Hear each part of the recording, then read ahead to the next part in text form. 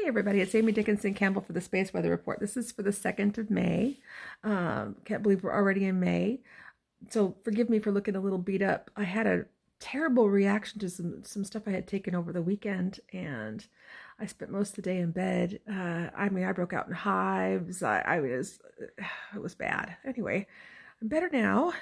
I got a question from one of their TikTokers asking if I could report on radio frequencies from the sun. So I went and looked those up because space weather doesn't do that one, but no, it does. So let me just get into the normal.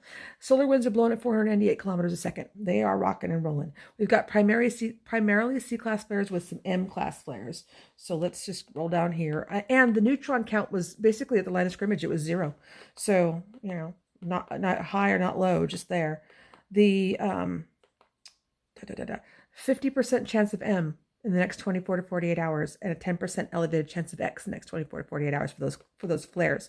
Now I'm going to get into that because I had to do some digging around on what some of this meant. So the geomagnetic activity in the mid-lats is looking at 30% activity and 25% severe activity in the next 24 hours at the poles. And as far as May 2nd, yeah, there's nothing on the radar for asteroids. Now, let me back up to the hertz. It turns out that solar flares are radio frequencies. So I didn't know that. But the sun emits a radio frequency of its own, and it comes out. They test it. They used to do just sunspots, but now they do sunspots and radio frequency, and they kind of like measure it out. Well, I'm going to go into NOAA. I went over to the NOAA website and looked at the radio communications dashboard, and over the Pacific and North America and South America, we had some extreme activity that could cause some radio blackouts. It looks like Africa and Europe were okay, but North America, South America, and the Pacific Ocean got some hit pretty bad. So thank you for bringing that to my attention. So now I know where to go look for that, because I talk about the solar flares and I talk about the sunspots, but this also discusses the radio frequency, because I was telling you that these things they can cause radio blackout. Well, I didn't realize that the sun emits its own radio frequency. Never even occurred to me that that was the case.